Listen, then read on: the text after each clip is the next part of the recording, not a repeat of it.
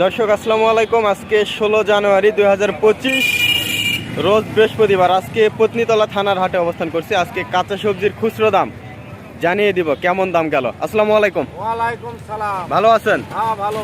আজকে কাঁচা সবজির দাম জানিয়ে দিবেন খুচরো।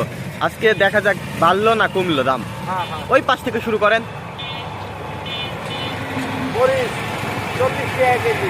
40 টাকা, 10 টাকা কেজি।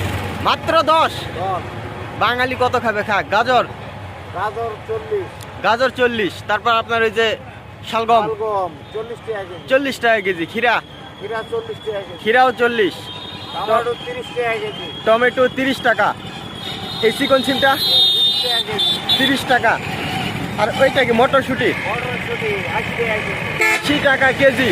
আপনার এই যে বেগুন বেগুন 15 টাকা কেজি। 15 টাকা কেজি। আর আলু আলু খালি অনলি 20 টাকা কেজি। শুধুমাত্র 20 টাকা কেজি। এই পাশে আছে পেঁয়াজের ফুলকা, ওলা 5 টাকা কেজি।